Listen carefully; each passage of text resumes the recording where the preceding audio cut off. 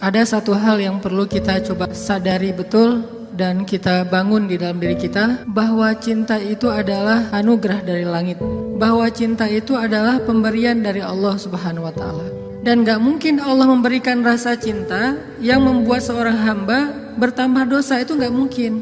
Yang menambah dosa, yang menambah kejauhan kita dari Allah Subhanahu wa Ta'ala pasti bukan cinta. Jadi kalau ada rasa yang buat kita gak khusyuk dalam sholat, pasti bukan cinta. Kalau ada rasa yang bikin kita jadi sakit hati, pasti bukan cinta. Kalau ada rasa yang kemudian bikin kita malah melakukan perbuatan-perbuatan yang Allah gak suka, pasti bukan cinta. Itu disebut dengan wasawisyus syaitan yang ada di dalam hawa nafsu manusia. Sedangkan cinta semuanya berasal dari Allah Subhanahu wa Ta'ala.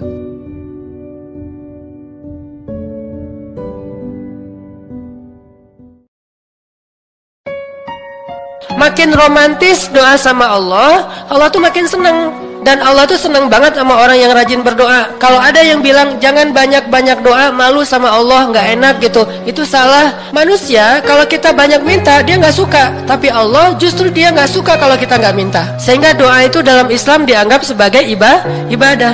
Orang yang paling Allah cinta itu justru yang banyak minta. Dikit-dikit ya Allah, dikit-dikit ya Allah, gitu tuh Allah suka banget. Orang yang gak pernah doa itu adalah orang yang sombong, ngerasa dia bisa hidup sendiri tanpa Allah. Orang justru makin banyak doa menunjukkan penghambaan dirinya bagus kepada Allah. Dia ngerasa la haula wala quwata, saya tuh gak punya daya dan upaya sama sekali, illa billah. Makanya minta kepada Allah. Sal tu'tah, minta pasti dikasih sama Allah. Pernah mimpi ketemu Rasul? Berbahagialah teman-teman kalau yang pernah bermimpi ketemu Rasul. Walaupun kita gak akan pernah ingat wajah Rasul, karena mustahil orang mengingat wajah Rasulullah kalau hanya ketemu dalam mimpi, mustahil. Kalau ada yang mimpi ketemu Rasul terus bisa menggambarkan sketsa wajah Rasul, itu adalah bisikan setan. Kalau mimpi ketemu Rasul, ketemu sih, cuma lupa wajahnya kayak gimana. Kata Nabi, siapa yang melihat aku dalam mimpi, maka dia seperti melihat aku dalam kenyataan. Siapa yang melihat Rasulullah dalam mimpi, berarti dia seperti melihat Rasulullah dalam kenyataan. Benar-benar ketemu dengan Rasulullah, seolah-olah dia menjadi salah satu di antara golongan sahabat Nabi. Siapa yang tidak bahagia masuk dalam golongan sahabat Nabi? Gimana caranya? Mimpi ketemu Rasul, dan itu gak bisa dibuat-buat. Kalau gak cinta gak mungkin mimpi. Saking cintanya jadi kebawa mimpi. Dan itu butuh doa, butuh cinta, butuh usaha, butuh pengorbanan, sehingga nanti Allah akan memberikan kita hadiah mimpi ketemu Rasulullah Sallallahu Alaihi Wasallam.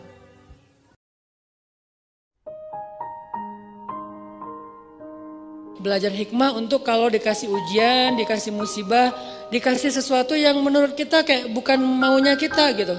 Kan sering banget ya dalam hidup kita Allah tentuin sesuatu yang bukan maunya kita. Kemarin saya ngeluh, kemarin saya salah paham, kemarin saya nggak ngerti, kemarin saya ngomongnya nggak baik. Adegan paling kecil aja dalam kehidupan kita. Kita rencanain ini, yang terjadi yang sebaliknya. Kita rencanain apa, yang terjadi sebaliknya. Padahal kita udah ikhtiar maksimal dalam kerjaan, dalam kuliah, dalam apapun. Itu sering banget. Dan biasanya kalau kita sabar dikit, nanti kita akan tahu. Sabar ini artinya bukan diam ya. Sabar ini artinya jangan melenceng. Itu arti sabar. Tetap di situ, jangan melenceng. Tetap on the track. Jangan keluar dari syariat jalan Allah. Bentar lagi kita akan melihat hikmah kebaikan yang Allah sediain. Kita mau menjadi seorang hamba yang biasa-biasa aja, yang standar, atau mau menjadi hamba yang istimewa di mata Allah. Dan kalau kita pengen menjadi istimewa, belajar mendapatkan cinta. Salah satunya dengan meminta kepada Allah. Karena cinta adalah hadiah dari Allah. Minta, ya Allah, ya Wadud, ya Allah yang maha cinta, beri saya cinta kepadamu, kepada Rasulmu, melebihi cinta saya kepada diri saya dan apapun juga. Minta kepada Allah. Allah tanamkan cinta itu pelan-pelan di dalam hati kita. Nanti kita akan ngerasain iman itu manis rasanya. Beramal soleh itu indah. sebagaimana yang sebagian sudah kita rasakan sekarang, seperti mencari ilmu itu indah.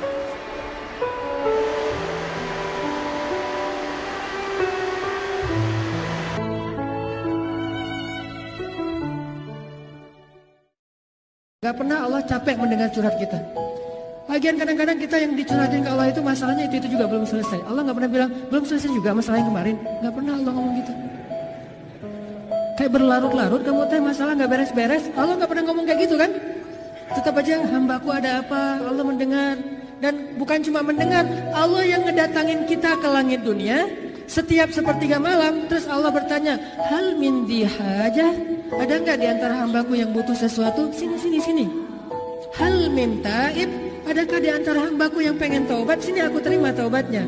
Hal min mustaghfir, adakah di antara hambaku yang pengen minta ampun? Sini aku ampuni dosanya. Allah datangin kita, Allah nawarin jasa kepada kita. Masih kita bilang juga Allah nggak berjasa dalam hidup kita. Masih kita bilang kita nggak butuh Allah Subhanahu Wa Taala. Fabi ayyi ala'i rabbikuma tukadziban.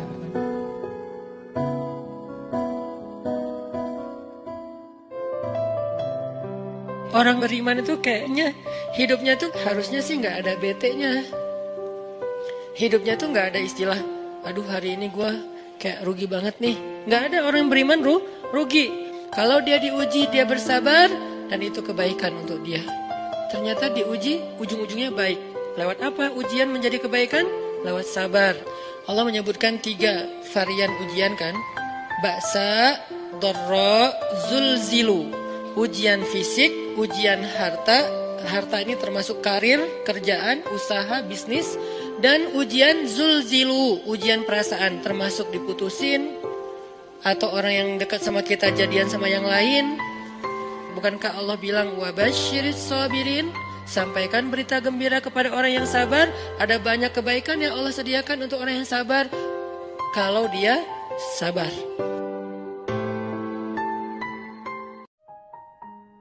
Kenapa kita mengucapkan banyak kalimat zikir tapi tidak terjadi keajaiban-keajaiban dalam hidup kita? Mungkin kalimat kita itu belum jujur, belum sesuai dengan hati kita dan realitas kehidupan kita. Seandainya kita jujur, Allah akan tunjukkan keajaiban yang luar biasa loh dalam hidup kita. Wa aufu bi'ahdi ufi bi'ahdikum wa iyaya farhabun.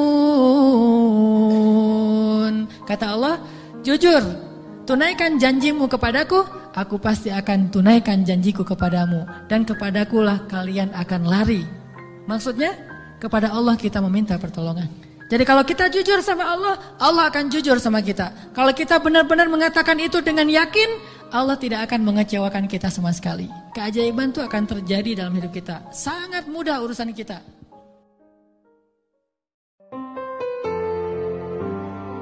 Innama yakhsyallaha min ibadihil ulama. Sesungguhnya yang takut kepada Allah di antara hambanya adalah orang yang berilmu.